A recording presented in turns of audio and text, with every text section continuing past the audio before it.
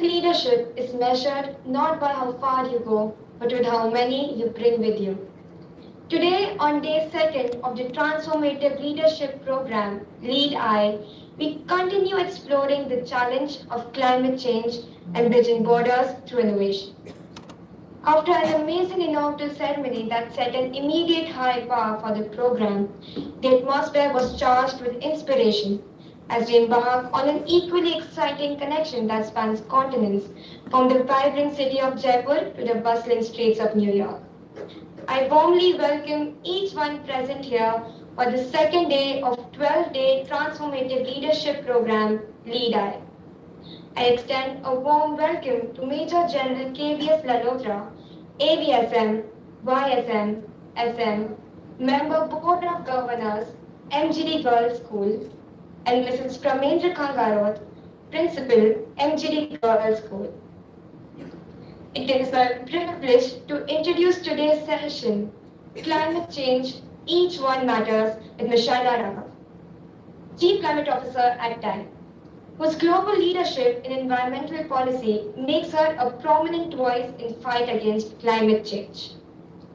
I request our principal, Mrs. Pramendra Kangarot, to introduce our distinguished guest speaker, Ms. Shaila Raghav. M.G.D. Girls School, I welcome all distinguished guests, Lead I delegates, the educators, and Ms. Shaila Raghav to the second edition of Leadership and Discover India program.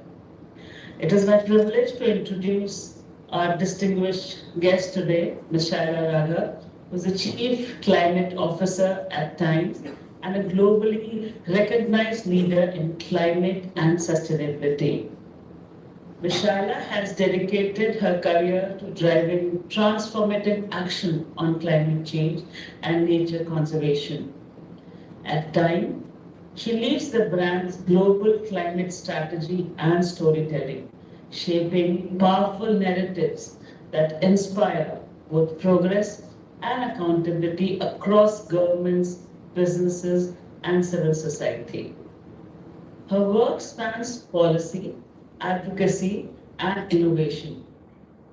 She has consistently bridged the divide between science and policy and between public engagement and urgent climate action, bringing both urgency and humanity to some of the most complex issues of our times. Thanks to her leadership, she is widely regarded as one of the most influential voices globally in advancing sustainable and equitable solutions for our planet. Ms. Shaila, we are deeply privileged to have you with us today. Your virtual presence inspires and challenges all of us to rethink how we engage ourselves with climate change and how we can act together more boldly. So we give you a warm welcome, and everyone can join us in giving a warm welcome to our guest speaker for today, Ms. Shaila Raghav. Thank you. Over to you. Thank you, ma'am. Without further ado, I request our esteemed guest speaker, Ms. Shaila Raghav, to lead today's session on climate change, Each One Matters. Thank you all so much for the warm welcome and the very generous introduction. I had the privilege of speaking to this group last year, thanks to the kind invitation of General Lalhotra. So I'm very excited to be with you again and to share with you a little bit of my journey and some of my advice and guidance to you. Just many years ago, I was in your shoes, thinking about the future, thinking about the planet, and I'm excited to tell you a little bit about what led me to where I am today and some of the work that I do right now and how that I think could shape your future as leaders. So I think what I'll do is I'll start by really telling you first about what led me down this path in the beginning as when I was studying, much like you. My story didn't start with climate science or even attending big conferences. It really started with a moment that I had in nature when I saw images of the rainforest being destroyed. It was something to me that invoked how beautiful but also how fragile the ecology and ecosystems of our planet are, and how careless we are in destroying them. I think I didn't really quite have the vocabulary back then, and I recognized that if I care about something so much, I should do something about it. I considered a number of different careers, whether I pursue engineering or mathematics or try to become a doctor. These were all things that felt familiar to me because of what my peers or what my family had guided me towards. But I think it was really that spark, and that spark of confidence to pursue a path that may feel uncomfortable or may feel unfamiliar, because I didn't have anyone to follow. It wasn't a common profession in my time to pursue environmental studies or to pursue climate change. It was still quite new. You know, I didn't have, there wasn't really consensus or mainstream understanding about climate change when I was young. And so it took a lot of resilience, it took a lot of commitment to that cause, and answering a lot of questions about, well, why this career? What job will you have? How will you make money? How will you sustain your profession in the long term?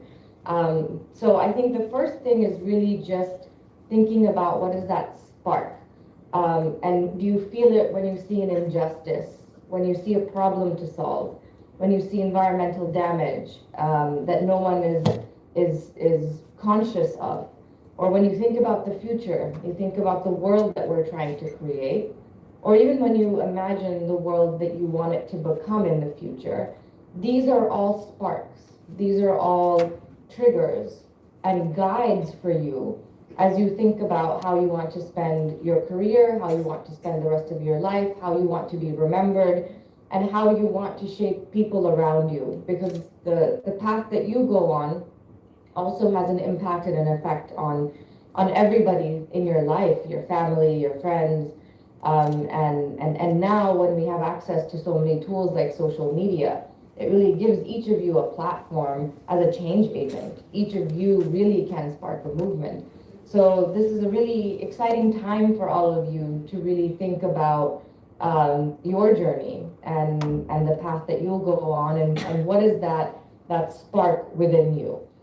Now, when I think a little bit about, in the beginning, there was a lot of doubt, and there was, you know, also there's a lot of you know, underestimation that you may bring upon yourself, and I remember entering many rooms early in my career where you know, most of my colleagues, most of the people around me were older, they were male, they were very experienced. And I often felt like I didn't belong, I didn't know enough. And there were moments where I stayed quiet because I worried that my ideas or my experience wasn't strong enough, and where I may have had to work twice as hard, or where I wondered if this was the right path for me. And so, you know, what I had really learned at that point is that this doubt that you may feel is normal. Discomfort is normal. But they're not stop signs. You know, we as women and girls are often taught to be perfect and to have the right answer before you raise your hand, or before you take a risk, and to be careful to not fail. But perfection really is not leadership. Failure and the learnings that come from failure is what will shape you into who you're meant to become. And perfection oftentimes can be so constraining, because it limits you in your ability to test the boundaries, in your ability to test the edges of innovation and breakthroughs. And so that leadership really does come from courage to be imperfect, to take risks, and to speak your voice even when it may not be comfortable or easy. And when you start to build that confidence, that really comes from that space of that spark that inspires you, it really allows you to then begin to change your life and begin to come into your full self. And that moment of courage that really changes everything happened for me after my studies. I spent about 1 year in the Caribbean studying the impacts of climate change. And I worked on the ground in the field, working with local fishermen and fisherwomen, studying the impacts of climate change on the sea and on fisheries. And after I finished that posting, I went back to Washington, D.C. to work at the World Bank.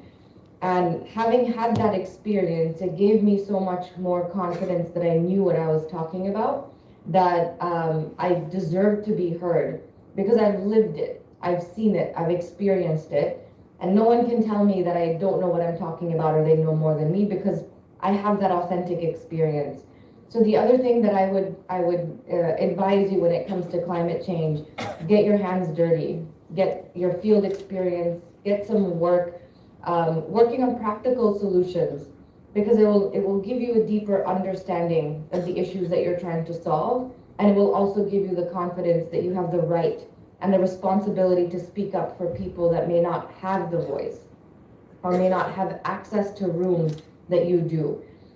So that's a very important part of my journey, and I think something that I recommend to everybody, especially as a woman, especially as you're establishing yourself in a career. It is so critical to be able to take that step as well, and to be able to really know that you are prepared, and there are many things that you will learn, but that you deserve to be there.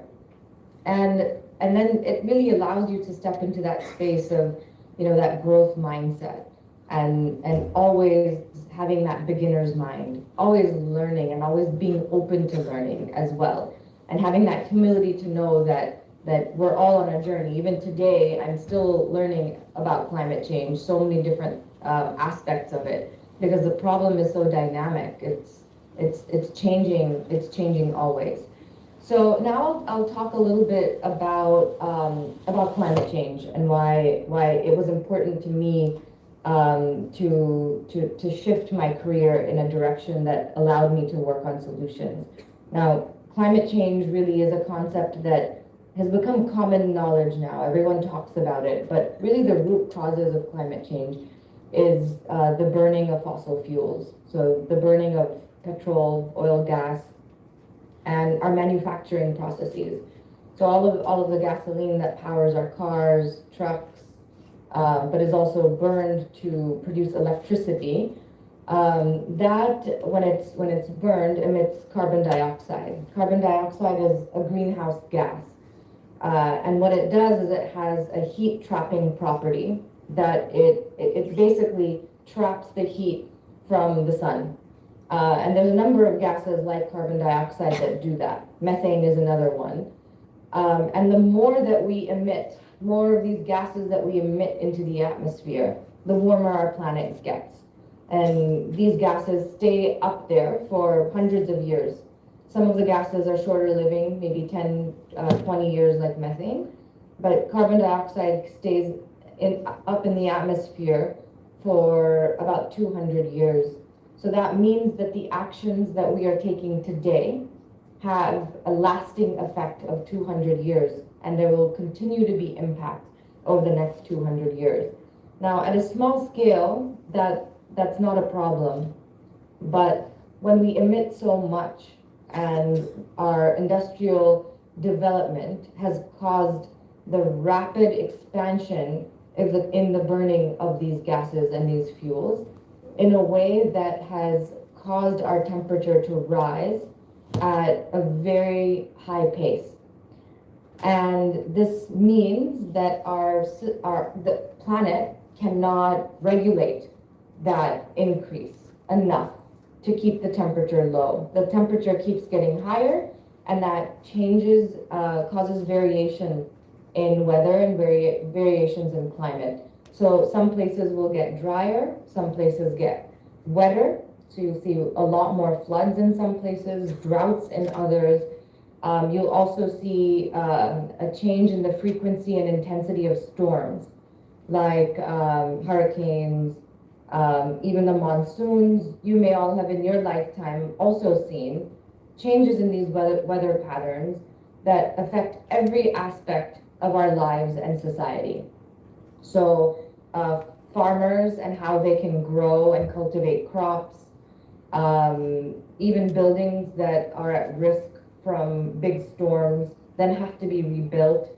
These have a significant cost to our government, to individuals, but they actually hit the most vulnerable communities like farmers because they're dependent on income in these climate sensitive sectors like agriculture for their day-to-day livelihood. And one crop fails, one crop gets flooded, well, they've lost all of their income for the year. It's very difficult for people that are living on the front lines in these vulnerable communities to build resilience to these impacts.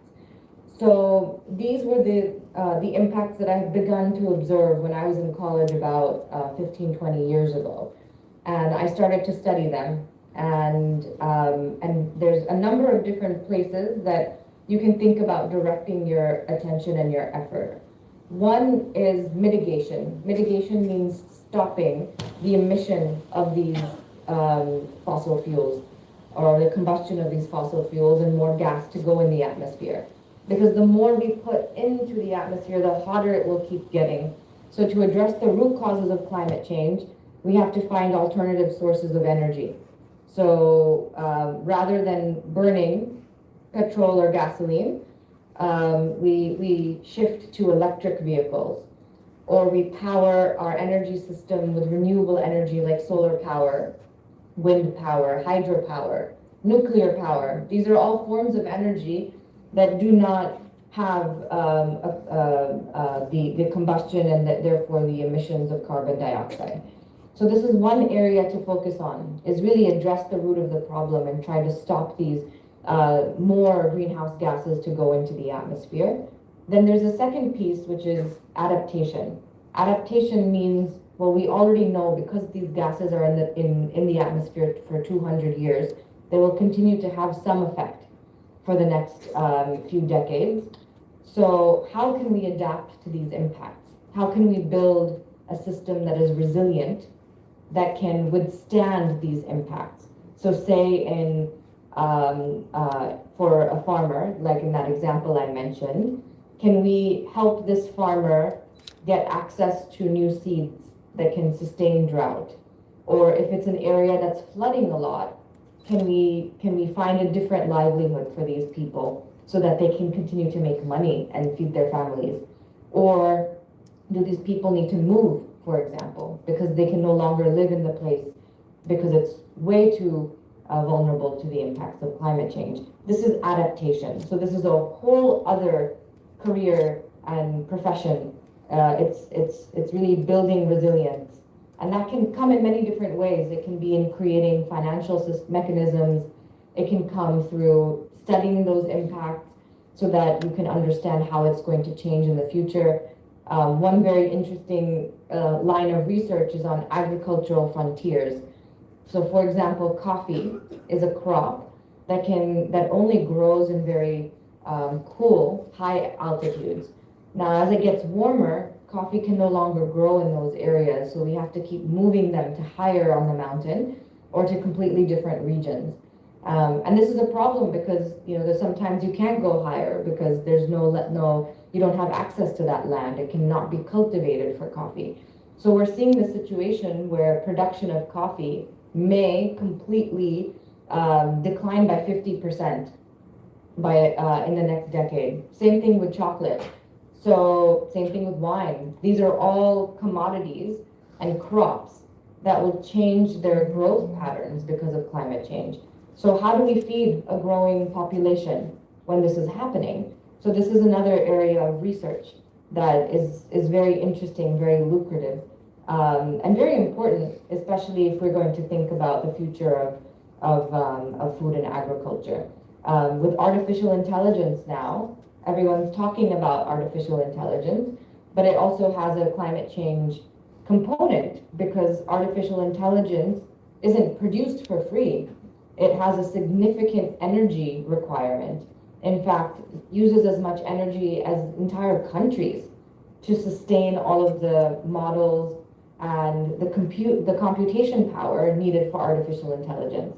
So then the question is, how do we be smarter about how we use it, and how do we source the energy for AI through renewable means or renewable sources? So these are all really interesting areas where any kind of skill can be applied in a way to help solve a core part of the climate challenge. And I will say that, India in particular, I have seen over the last even just 2-3 years, has really become a leader in climate action globally.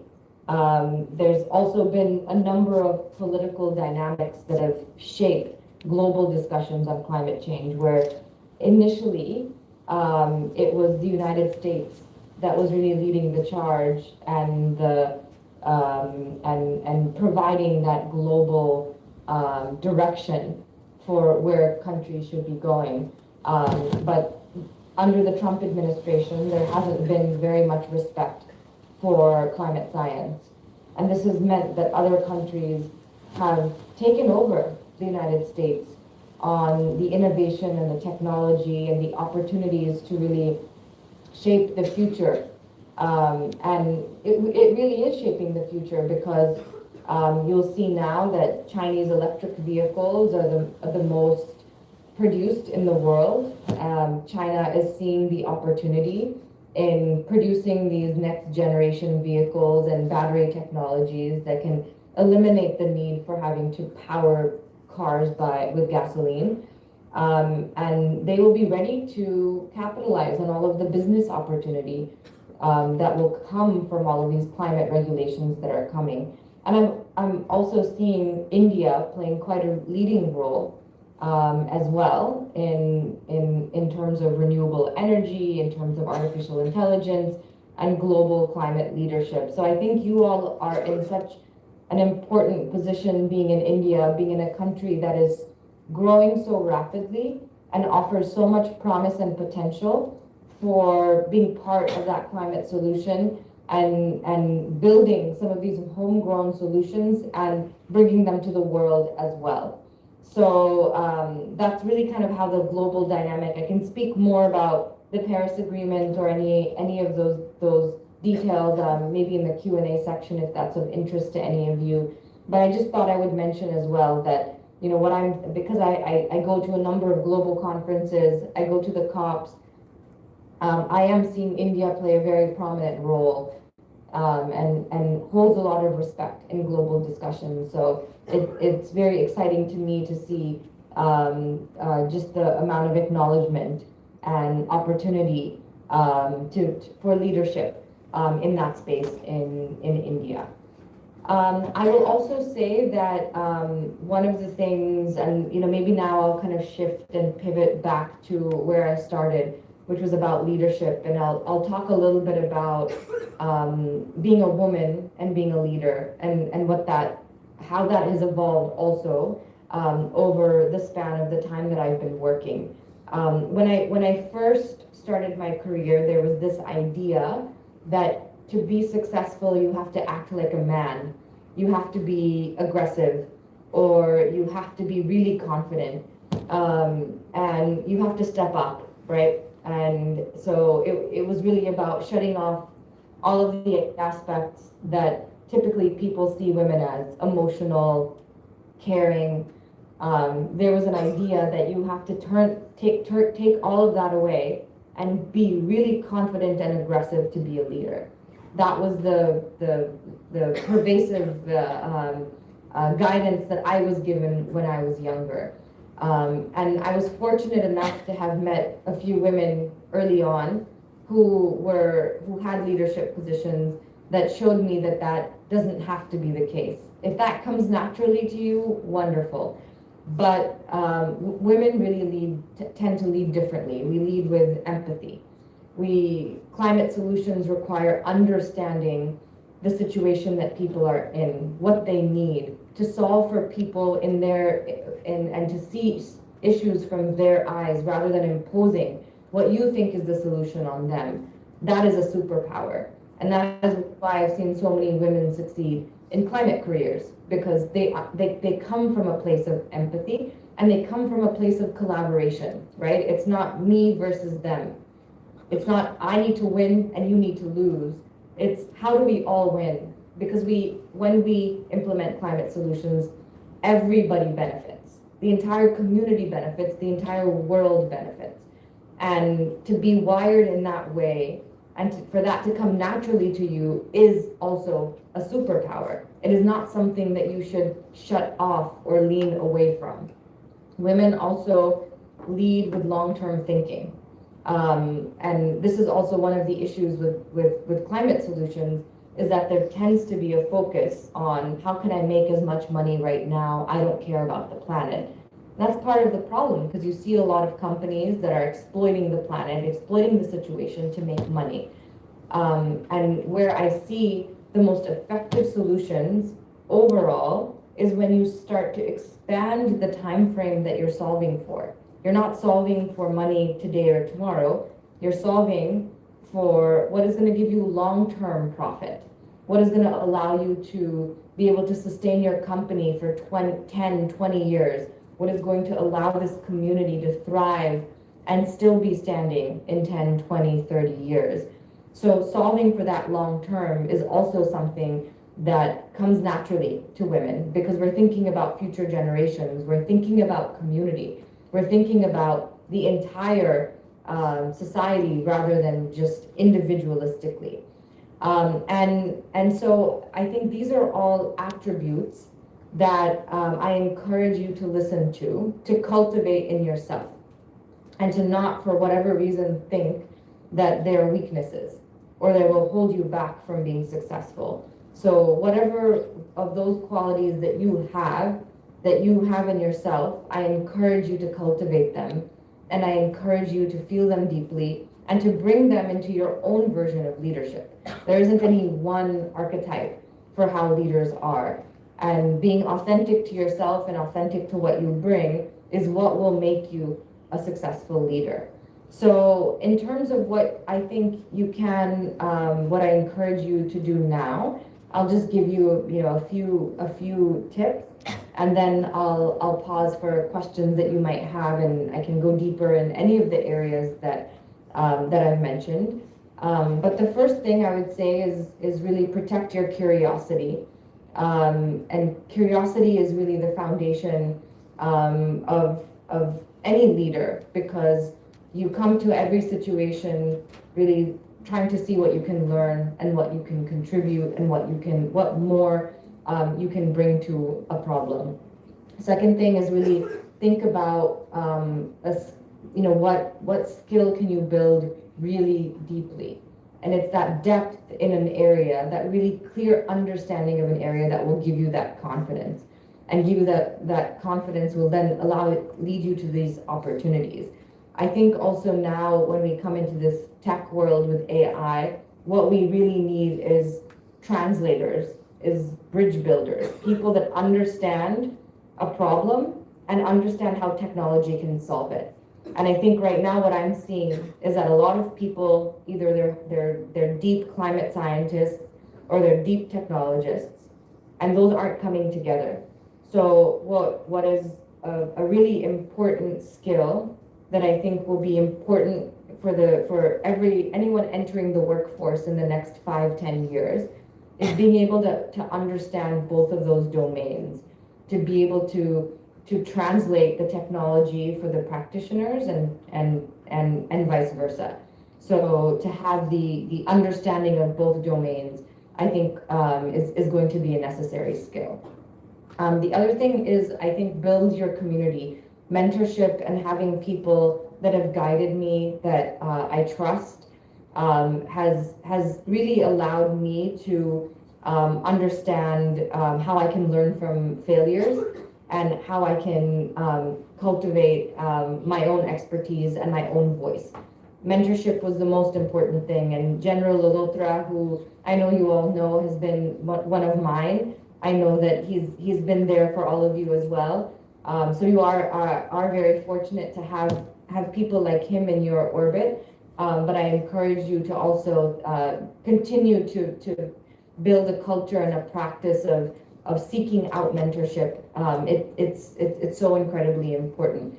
I'll also say, bring climate change into your conversations as much as you can, because the more we talk about it, the more it sparks creativity and understanding, and collaboration around solutions. I think when we get scared of climate change and we stop talking about it, that's a problem, because then we ignore not only the problem, but all of the solutions and all of the opportunities around it. And so I encourage you to think about what you care about deeply. What is that spark?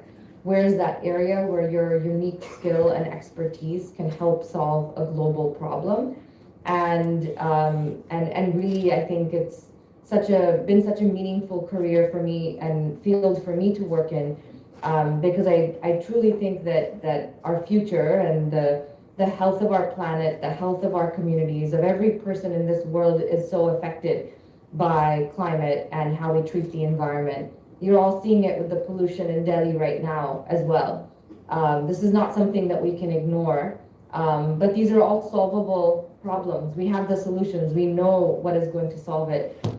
We need a movement. We need people like you to bring your intelligence, your genius, and your curiosity to the challenge. So thank you so much. I know I covered a lot of different topics, so I'm happy to answer any of your questions, and also be a resource to any of you in the future as you go down your own journey. Thank you. Thank you, ma'am, for such an insightful session. The session is now open to questions from the audience.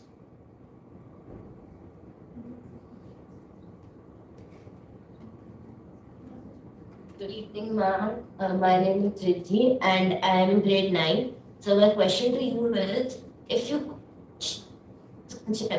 misconception about climate change, what would it be? Great question. So misconception about climate change. I think the biggest misconception is that it's too late to do anything about. I am seeing a lot of buzz, a lot of chatter, a lot of young people feeling like they have to give up, that the problem is too big, it's too late to do anything about.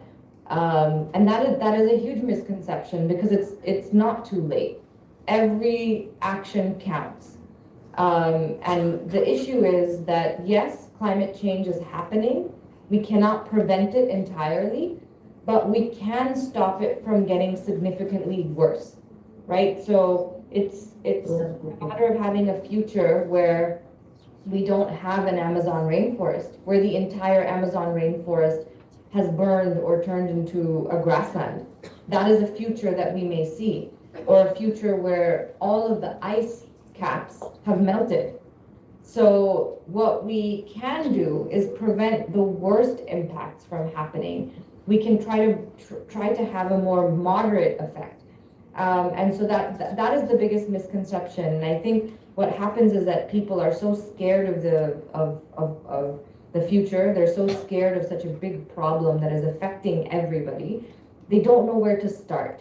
So I would say that's really the biggest misconception, but it's false. We can do something about it, and it is still possible for us to manage the worst impacts of climate change.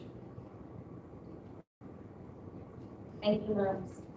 Speaking ma'am, my name is Radha and I study in class 9 as well. My question to you is, according to you, what might be the biggest impact that the future generations will face due to climate change? Yes, that's a great question. I think there are so many different impacts. Some of it might be how the nature of your work will change entirely, because the access to tools and resources that you have will be very different. The workforce will have to change, because every company will no longer be able to exist without addressing climate change. So that means every company will need a sustainability officer, will need someone managing these issues. But there's also the physical effects. There's the day-to-day of the heat stress and the whole nature of work changing. So I think, yeah, it's a combination of both technological, technical, but also physical impacts that we will be surrounded by that will be unavoidable and that everyone will have to address. And that as you become leaders and you think about your contribution, it's both a challenge and an opportunity. Thank you, ma'am. Good evening, ma'am.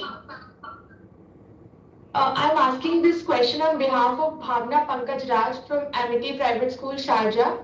She has asked, what sustainable practices do you think Indian farmers can adapt to reduce climate vulnerabilities? So when it comes to farming and agriculture, so one is really thinking about crop diversification. Part of the challenge when it comes to agriculture is when you have a monoculture, meaning you're planting only one type of seed. When there's a disease or a pest or a particular issue like a storm, it is way more prone to being wiped out entirely.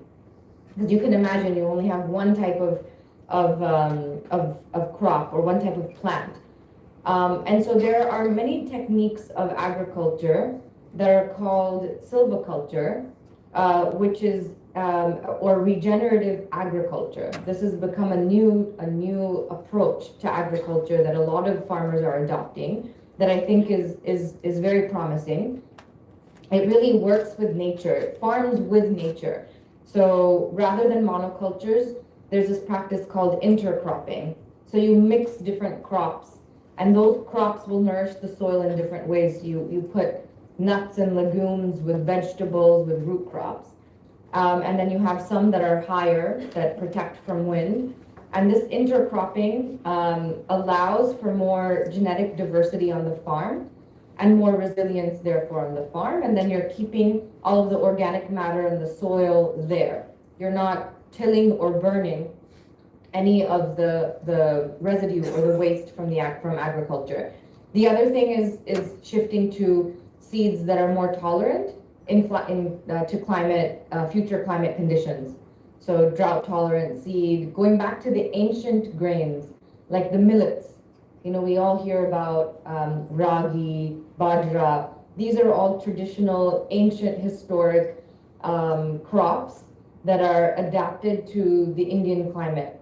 So also selecting more of the ancient and indigenous and endemic seed varieties can also help, because so much of our agriculture system has been shifted to conform to Western methods. So going back to traditional practices is another trend and another opportunity.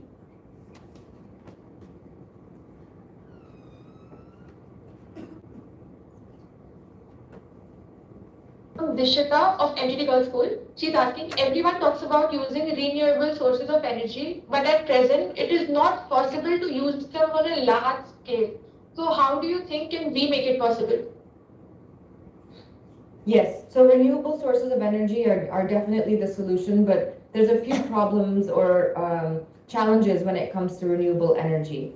One is that you have to produce it through a resource that is available right there. So it might be sun, it might be wind, it might be water. But the problem is that where you need to use the energy may not be the same place where you're producing it. So you may have solar panels in the desert, but then you need the energy in a big city like Delhi. How do you transport the energy? How do you carry it from the desert or another country to a big city where it gets used? This was the benefit of fossil fuels, of petrol, because petrol, you can put it in a truck. You can mine it from one place, or coal, you put it in a train, and you can transport it to somewhere where you burn it and produce energy. Problem with renewable energy, you can't do that. You can't put solar power in a truck and send it to a city. So what is needed for renewable energy is battery technology. So when you store the energy in batteries, that's how you are able to then use it. So you then charge the batteries, it holds the energy, and then it can be used somewhere else. So storage, battery storage technology is the biggest barrier when it comes to that is what is holding back renewable energy from being scaled globally. Renewable energy itself is already cheaper than fossil fuels, than other sources of energy. But it's this distribution and storage issue that is a challenge. So, but that said, I've come across a lot of really new lithium and sodium ion battery technologies that are very promising, that are being piloted in many countries, in Australia, in China, in Japan, in Europe, even in the US. There's a lot of battery technology that is being developed. So this is also a frontier area that if any of you care about energy, this is an opportunity for a new solution. But also there's a lot of business potential in this, because the companies that are going to produce batteries, the batteries of the future, are the ones that are going to be the most profitable and are going to dominate the market in the future. Thank you, ma'am. This is from Ojashwi Chand of All Saints College. She says, like you said, you always knew that you would be questioned for the path you're going to choose. So how can people who fear the same thing be encouraged to lead the same path or even the job as yours? Yes, it's difficult, and I think, to be honest, it happens on a very constant basis. You're always, I think, especially women, we tend to question ourselves a lot, and we tend to worry about what others think. We tend to worry about our legitimacy to be somewhere in a room. We tend to be hesitant and only speak when we're really sure of something. And this is something that I've confronted my entire career. And just to be very honest and vulnerable with all of you, this has also been part of my journey. And it took a lot of, for me to build my own confidence. I think that was the first step, is build my own confidence in what I know and what I care about. And then what anybody else said didn't matter, right? The second thing is really leaning on mentors. So I've had mentors that had much more, the CEOs of organizations that I've worked at, who took me to meetings with them, and in meetings that they were invited to. So these are very high level meetings. And when it came around time for them to speak, they would say, Shaila will now comment on this. She's the expert on the matter. They would always give me the opportunity to speak. And that also was such an important part of me feeling like I'm a leader, that I'm understood, that I belong here. So those are the two things that really affected me the most. Building my own experience and expertise in a way that gave me confidence. And two, finding mentors that could help me get access to places that allowed me to build my profile, that allowed me to be recognized as a leader in my field and in my domain. Thank you, ma'am. I'm Kamakshi, and I have a question regarding the affordability of all the renewable energy. You did mention a lot of technologies before, but I believe they're only available in economically grown countries. And the highest emission of all these fossil fuels comes from Middle East and Africa, which are typical, and their economy highly depends on all these energy sources. So how can affordability play a crucial role in this? Because it has been monopolized by China, US, and even if we take help from China, they're really famous for their debt traps. So how can affordability come here when we require it heavily? Yes, that's such an important question, and I think that is why a lot of emerging economies are continuing to burn fossil fuels, even in the short term. And this has also been India's position that, for us, the priority is, what the Indian position is, that their priority is to get electricity to people, to get services to people, because this is such a core human right, to be able to turn on a light, to be able to power your appliances at home. These are basic human rights. You can't function without them. And so if it cannot be achieved at scale with renewable energy today, the Indian position is, well, we should be able to use natural gas and fossil fuels. And I think that's a valid position. I think that we will not be able to turn off fossil fuels immediately. There's just no way. Our system cannot sustain, we need a transition, really. I think that's the main point. It's not a switch that is on or off. So what we need to see is a reduction in fossil fuels, not a complete shut off, because that's just impractical. Our entire system is powered by fossil fuels, and until we have, like I was talking about, the distribution, the storage, the infrastructure to sustain a fully renewable system, we cannot get there overnight. So, so what we need is a transition plan. So you think, okay, we're at X% today. How do we reduce by 50% in the next decade? Where can the incentives be given? Where can government subsidies be given to address issues of affordability so that poor people are not bearing the cost of the development of this technology and the deployment of this technology? The government should be subsidizing it. We should have policies like a price on carbon so that the big corporations and the people that are emitting the most pay for the solutions rather than us paying them through our health, right? When it comes to air pollution and all these things, we are paying the cost for these big corporations and others who are burning fossil fuels. So the entire system needs to shift, but that shift is going to take some time. So in the interim, yes, we will need some fossil fuels, but we should not see it as it's just a lifeline as we transition away from them.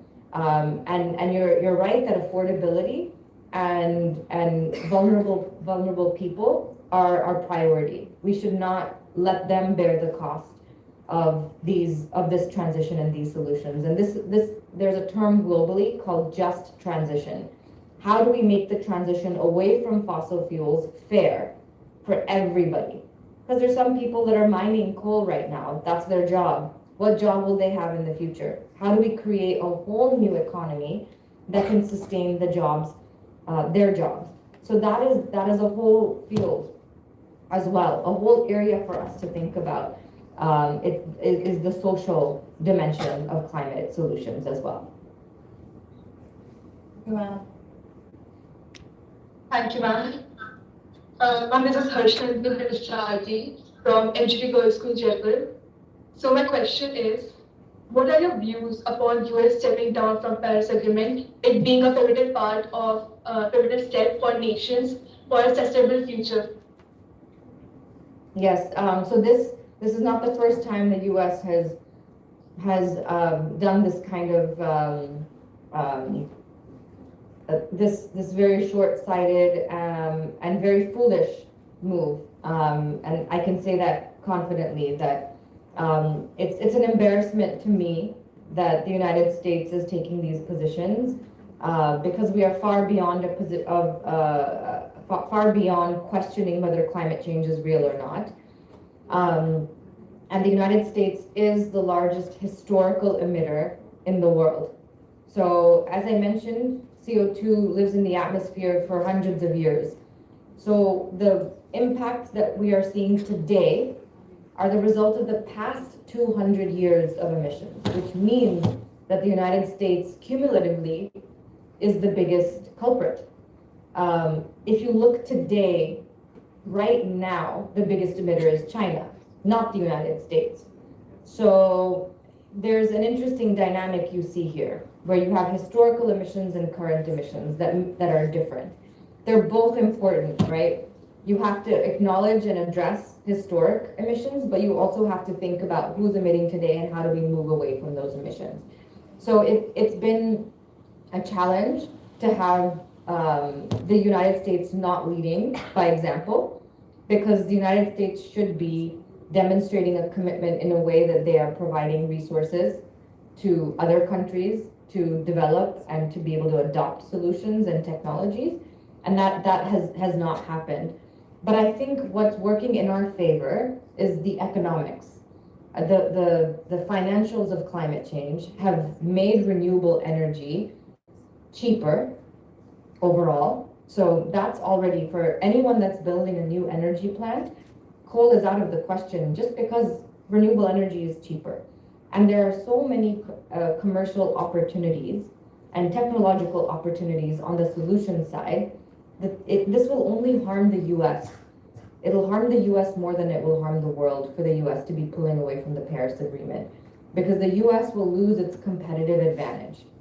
Its opportunity to be providing the technologies that will shape the energy system, the battery technology, hydrogen power, all of these new fields, the US is now going to lose its edge, and China is now is taking advantage of that. And India, I've also seen a lot of innovation and a lot of acknowledgement of this opportunity. So it's a shame. It is very short-sighted. It is foolish, and it will only harm the United States to take this step. That's my view. Thank you for the question. Thank you, ma'am. One last question, ma'am. What policies do you think India should adopt to prevent a day zero scenario like in Chennai? So I think there are so many policies that India is already implementing that are so encouraging. I know that there's a lot of agriculture, there's a lot of renewable energy. I know that there's a lot of momentum in India, but I think overall globally, there's a couple things that can help. One is putting a price on carbon, and by pricing carbon, you're able then to incentivize reduction of carbon emissions, because then it's more expensive to emit, and you're incentivized to reduce either through a carbon tax, or you can create a trading system where you give out credits based on how much you're emitting. So I think a nationwide carbon pricing scheme would be a very beneficial policy that would help to encourage and accelerate the adoption of solutions. I think that having also subsidies for research and development of new technology and subsidies for electrification of vehicles is another area that is almost like having a tax credit for anyone that buys an electric vehicle. Can be a very promising measure. That's something that before the Trump administration we had in the United States, and it did help a lot, because then consumers feel encouraged to adopt electric vehicles and new technologies. So those are two types of solutions that I think could be effective. Thank you. Let's have a huge round of applause for such an informative. We have higher esteemed presence, ma'am. We are now conduct Vice President, M.G.D. to present board of life. Leadership is the capacity to translate vision into reality. Greetings to the August gathering. It is an honor and a proud privilege to propose the thanks as the Vice President after this very informative and thought-provoking session on the second day of LEAD-I. I extend my heartfelt gratitude to the guest speaker, Ms. Shaila Raghav. Ma'am, we are deeply grateful to you for sharing your valuable knowledge with us. Thank you so much for spending time with us. I convey my sincere appreciation towards Major General KBS Lalodra, ABSM, YISM, XM, Member, Board of Governors, M.G.D. Girls School. The support you have provided to the school truly cannot be measured. I thank our Director, Mrs. Archana S. Mankotia, for providing us with such a great opportunity and helping us expand our horizons to become better suited for the world of tomorrow. I take this opportunity to thank the principal, Mrs. Pramanindra Kangaru, for her constant support. I would like to appreciate the efforts of our administrative officer, Colonel S.S. Sangwan, Sena Melbar, for ensuring that all our needs are met without fail. I am grateful to the students and teacher escorts from premier institutes who have joined us today. It has been an honor to have you with us today. I extend my heartfelt gratitude to Ms. Cherry Goyal for her tireless efforts in making this event a success.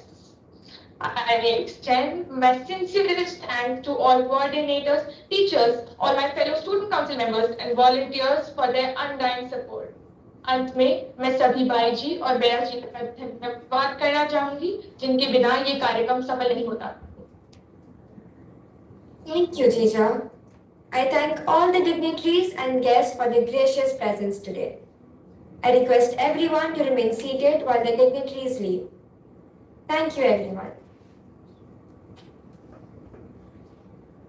Thank you all. I'll sign off. Thank you so much for your time, and please do keep in touch if there's anything I can ever do to support any of you. Thank you.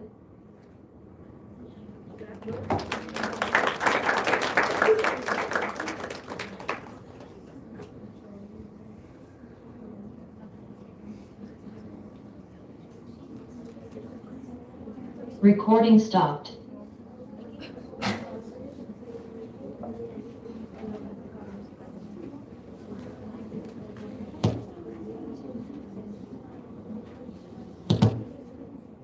Girls, I'm sure you are noting down your points and your reflections in the handbook in the designated areas.